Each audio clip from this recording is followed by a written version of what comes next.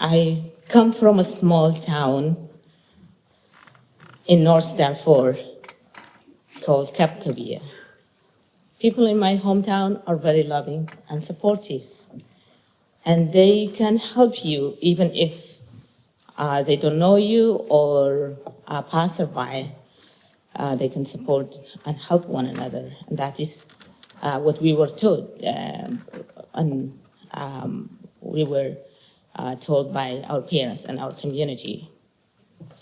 I was the only one in my family to receive a college degree, and I was so happy. I decided to come home immediately after my graduation because I wanted to help people from my hometown and the rural area in my home region, because there was a lot of development issues, and I felt I was not only educated by my family, but it was by my entire community, as people celebrated every step of the way, graduating from elementary, high school, going to college. I have seen the support pouring up from my community. So I was excited, and I felt indebted to go back and support my community. All what I do was to work for about 3-4 years, help my family, help my community. I go back to college, do my master's, and come back and create my consulting company to help the government and international NGOs and other institutions to have the right development policies. So that was like my dream, my ambitions, not beyond my borders. Unfortunately, that dream was halted in one night. As I came, I joined one of the international organizations that was doing development in the region.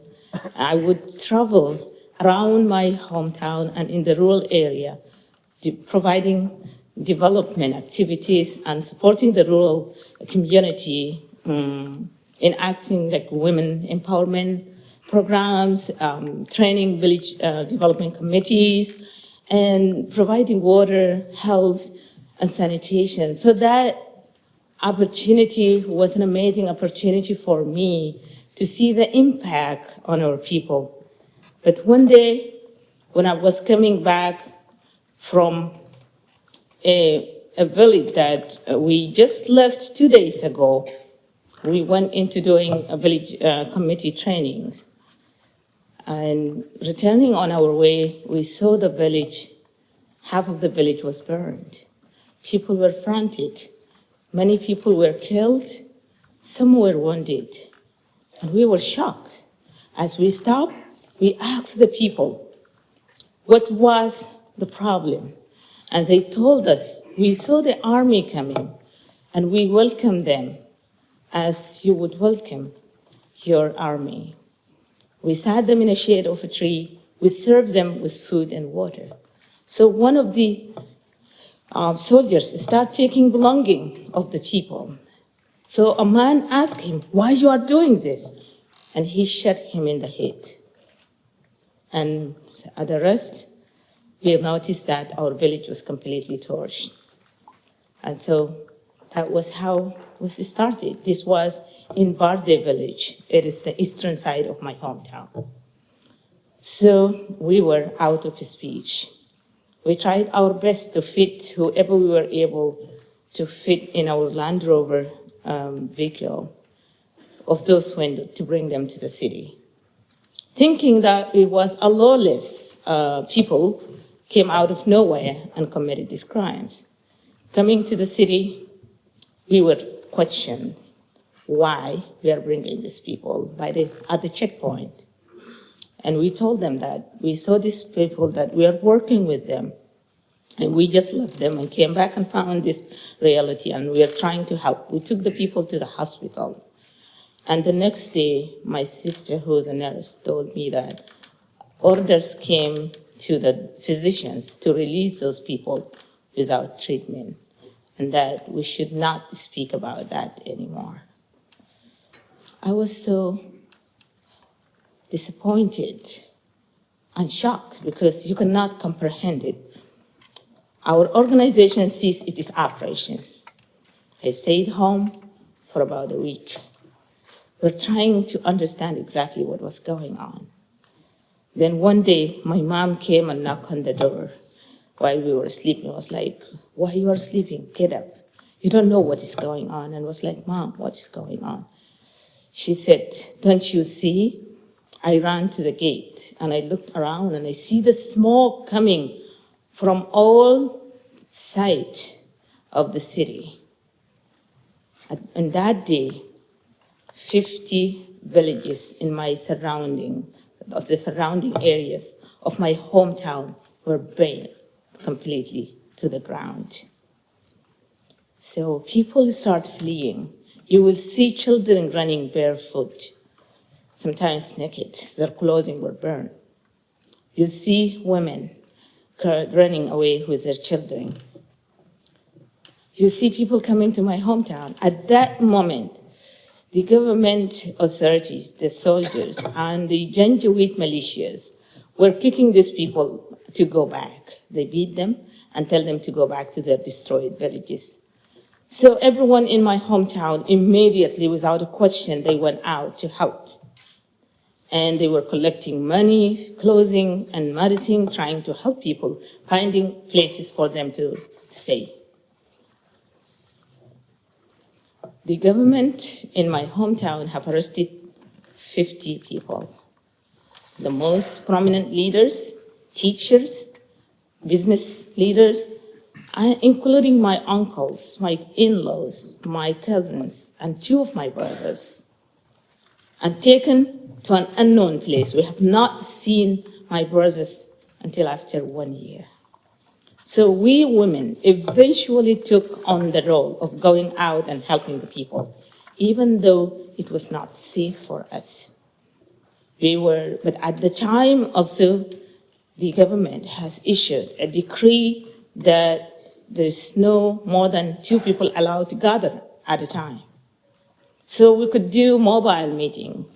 2 people can meet, pass on information, pass on resources, and then go finding out which area there are new people coming, finding a place for them to stay, giving them resources and things like that. It was a very difficult time. I've never thought I would be alive to come and speak to you 25 years later from what that happened.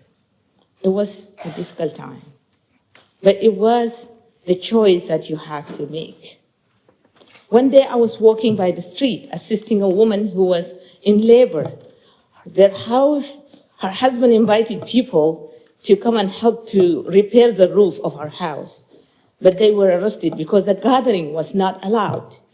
And we luckily found a place for that woman, and she safely gave birth to a baby girl. Unfortunately, I was attacked on my way coming home. A man from behind was masked, grabbed me, and tried to roll the scarf around my neck and pulling me toward his direction. I resisted, and I started struggling with him, trying to break myself free to go away, but he could not let me go. Finally, he rolled that part of my sari that I was wearing and pulled me close to himself. I pulled his mask. As I was reaching to his mask, he pushed me down and ran away. I realized he must have been a local Janjaweed, and Janjaweed is the Arab militia that were recruited by the government to kill the indigenous Africans. I was shocked that I would attack by the market in front of the mosque around Maghrib prayer, a place where my family and friends come every day. Now I start realizing that was serious. I was frozen. I didn't know what to do. I look around and I saw the army truck about 35 meters away from me. I screamed for help. No one did nothing. So a few minutes later, 2 people that I know, they came and they asked me. I told them. They took me home. When I went home, my mom told me, I told you not to go out alone.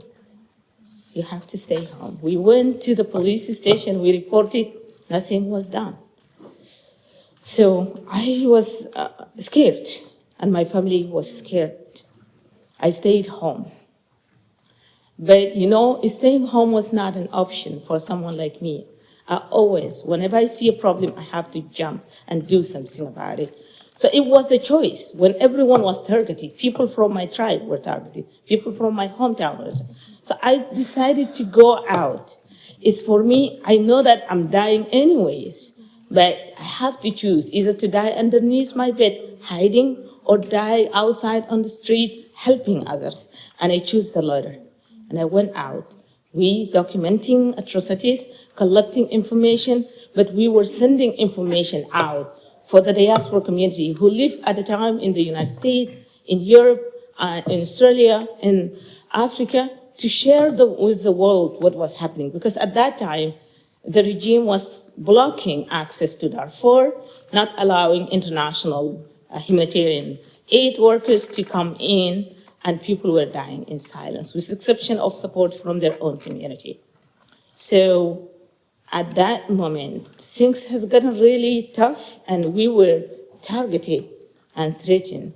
So after several attempts, many people urged me to leave, and I did not want to leave because I was not an exception. Everyone was under attack. Why me? Why me? One of the people you saw in the video, Salah Osman, was a prominent civil society and human rights defender. They all told me that I was outspoken, including my mom, said, Niemat, if you stay, we may all be killed. And if you leave, you may be safe and be able to speak for us, to tell the world what is happening in Darfur, and they may do something to help. And under that pretext and that hope, I left the Sudan. In the midst of the night, I did not know where to go. From the only place I have ever known as home, and the only people I have known as my people, I left. And I went to Kenya. I spent 2 years there. It was the most difficult 2 years. I felt guilty because I was not an exception. To overcome that, I tried to do everything possible to stay engaged, help as much as I can.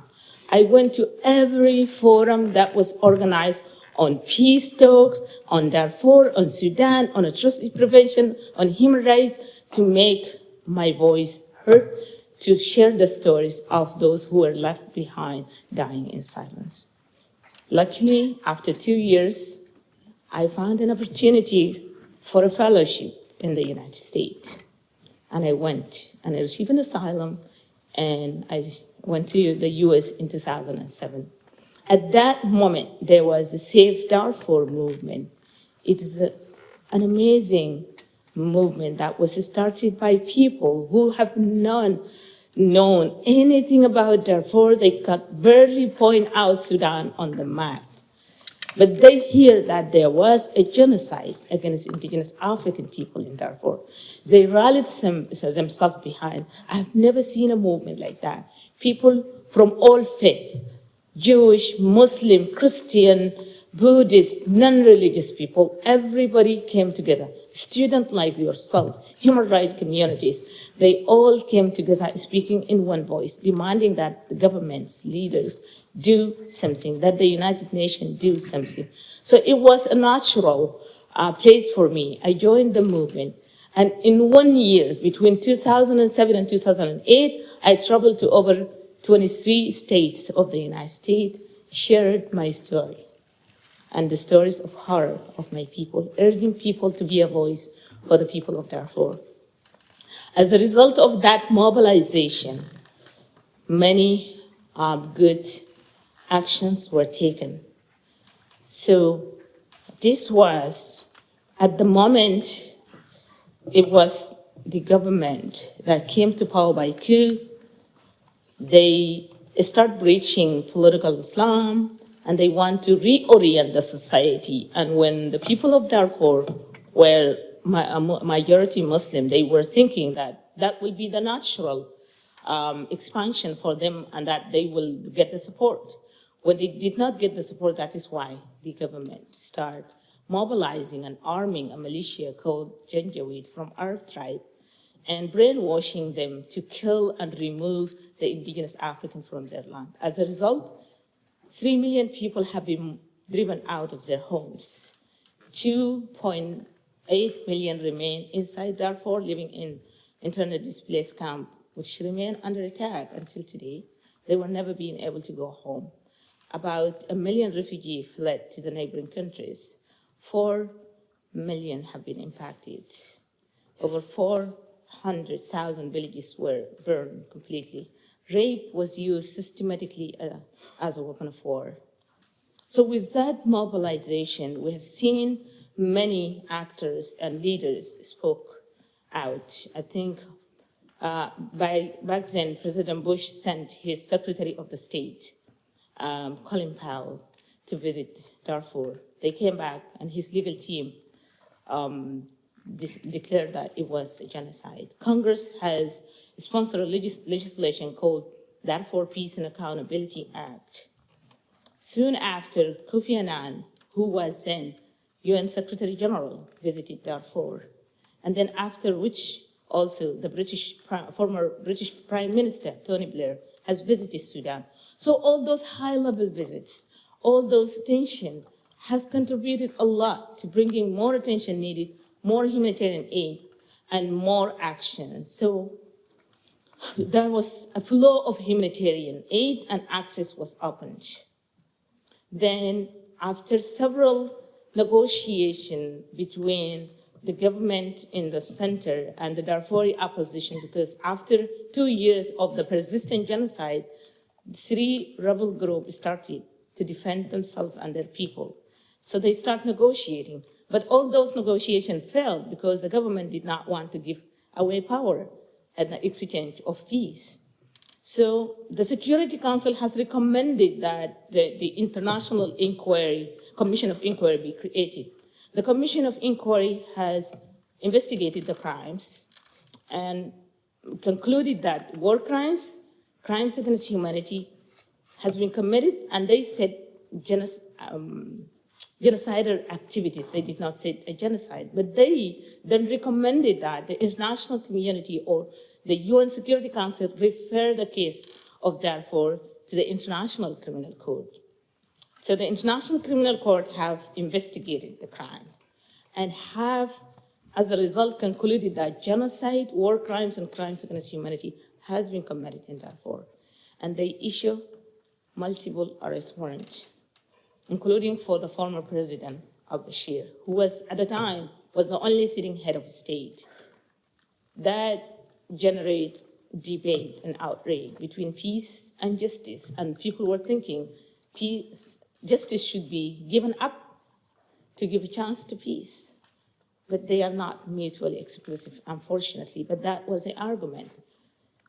Instead of complying and collaborating with the court, President Bashir has expelled all the humanitarian aid organizations, including UN agencies, isolated Darfur, and prevented internationals and the journalists to reach the people in Darfur. Then at that moment, the movement out of Sudan, the Save Darfur movement, who was across the United States and Europe, started declining. It was very sad to see there is no much talk. And media follow the politics. When there is no leaders speaking about it, then the media was quiet. Because also they have no access, since they can't verify the information they have not. So it was very discouraging to me. I was a part of that vibrant movement. But to me, I had no option or chance to get discouraged. I felt instead of sitting around and criticizing people, we have to do something. And I remember when I was leaving Darfur, there were so many women who were not fortunate enough like me to be able to leave, because in a Muslim community, sometimes as a woman to leave alone, to leave the country was not an option. But I was lucky to grow up in a family that was very supportive to women and very empowering. So I had that opportunity. When I was leaving, I made this promise to the women who tirelessly work to document atrocities and help the people, that wherever I go, I will create an organization that will not only recognize your plight, but also recognize your resilience, leadership, and courage. And that is the time when I thought we have to do something. And we founded Darfur Women Action Group in 2009 with two fundamental priorities. Understanding that genocide does not happen overnight. It is a deliberate, long-term process of marginalization, undermining, othering, and all those layers. The killing and the displacement is just the last stage of it. So in order to end genocide, my belief is that you must empower the people who have been the target of that genocide. Because the society is like the circle where we sit. There are people in this first circle who are the ones who make all the decision. And that is the Council of the Presidency. When the decision about the Darfur genocide was made, the people of Darfur were not part of the power. It is this government that inherited the ruling power from the colonial. They continue to do. Even the government who committed genocide were not elected. So in order to break the cycle, you have to empower those people to reach into the decision-making power and be a part of the society whereby they cannot confront those, they can't be partners in change-making because they do know their issues, they do know where the solution lies, and they are capable. They do have the voice and the power, but because their power has been oppressed or taken away. And in order to restore their dignity, they must be a part of everything we do. That's number one. Number two is that women, because of what they did, because of what I have witnessed and known, they deserve to be in the table because there's no one single woman in history who orchestrated, planned, or executed genocide. Not to say there are not horrible women who did bad things, but this was just a reality. And that the women of Darfur and Sudan who have stood up for our community when there was no one. They documented atrocities, they helped their people survive, they even helped their neighbors, children, those who lost their families. But they were not recognized, they were just treated as victims. They were not recognized as leaders, and that is what our organization is going to do. We are not going to sit there and criticize others for what they are doing and what they're not doing. And that is when the organization started. I started going to people that know me, know my work, know my capabilities, and telling them, and I was like, oh, this is going to be very challenging. There is a decline of attention on Darfur, and there is no funding.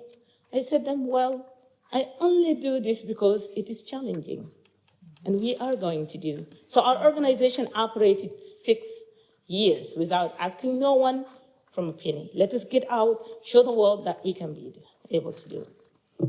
Today, Darfur Women Action Group has become a symbol of hope to millions, not only in Sudan and Darfur, but also to other genocide survivors and those oppressed around the world.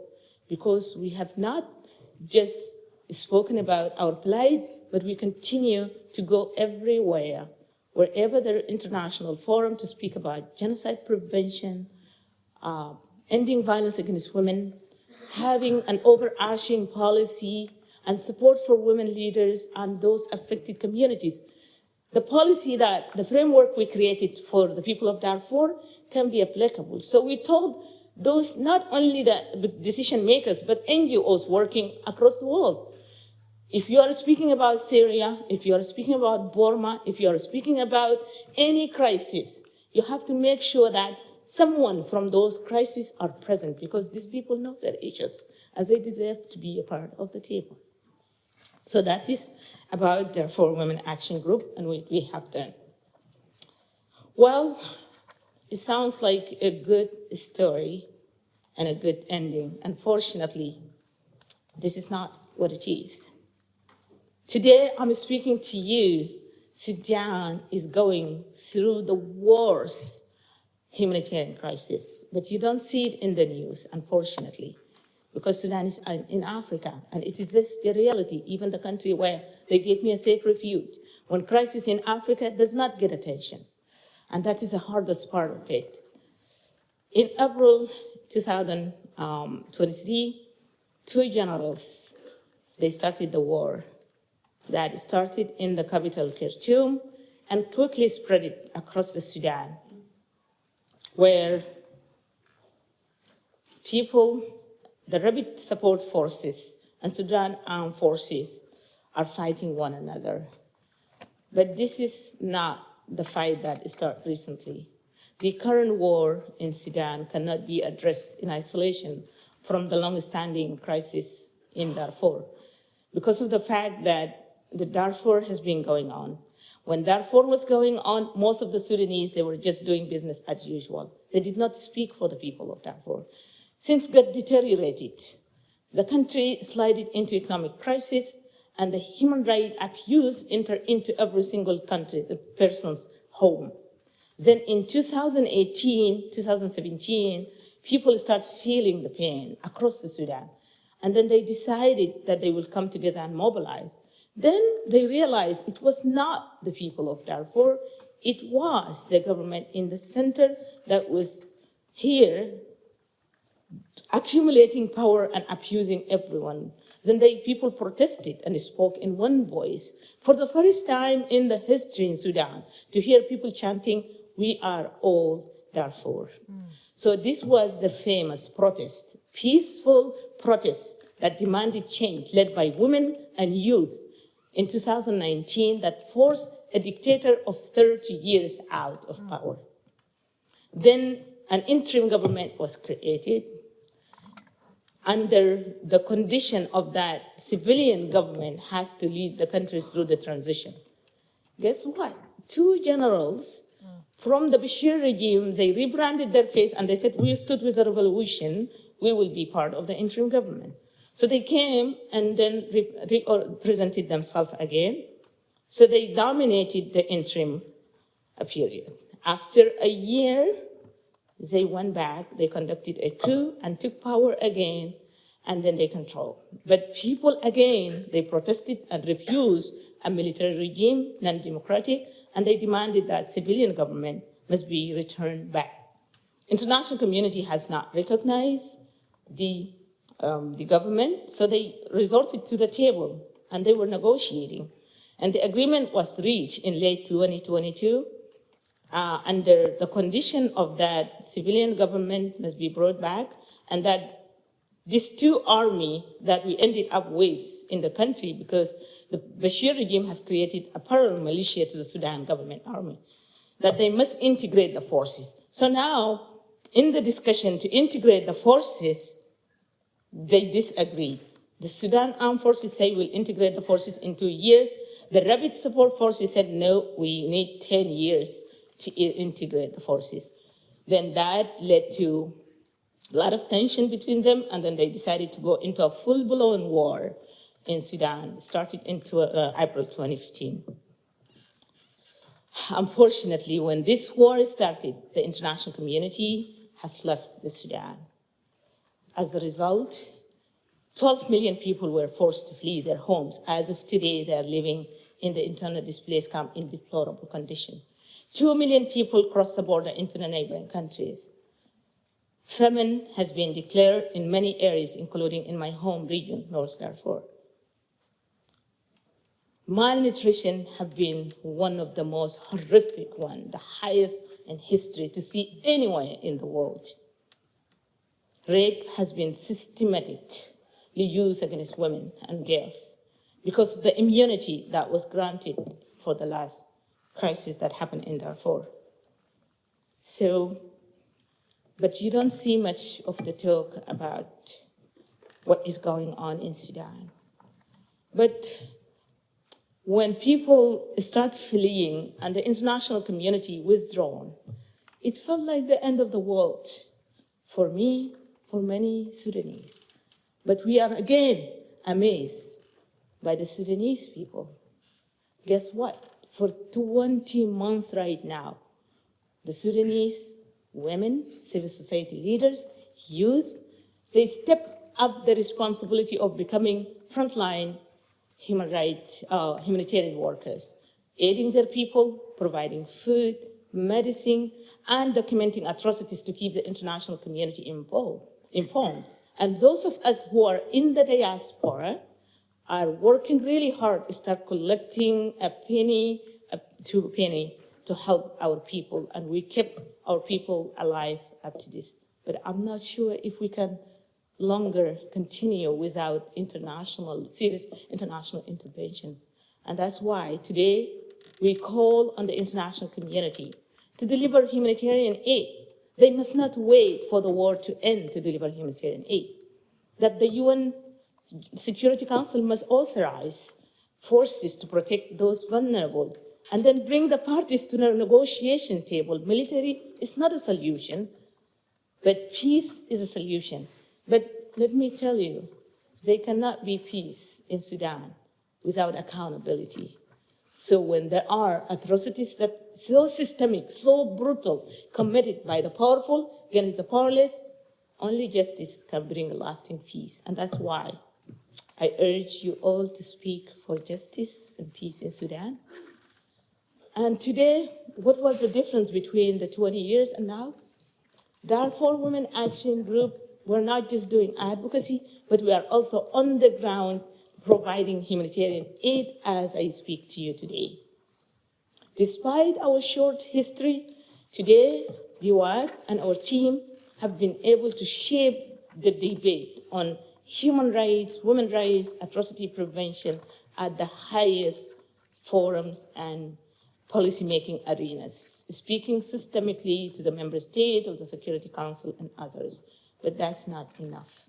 So we do need the effort of everyone, and that there is always something you can do.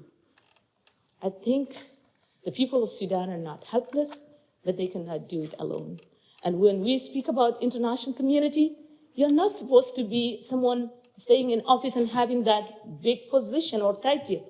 As individual, you will be surprised by your own power and your abilities.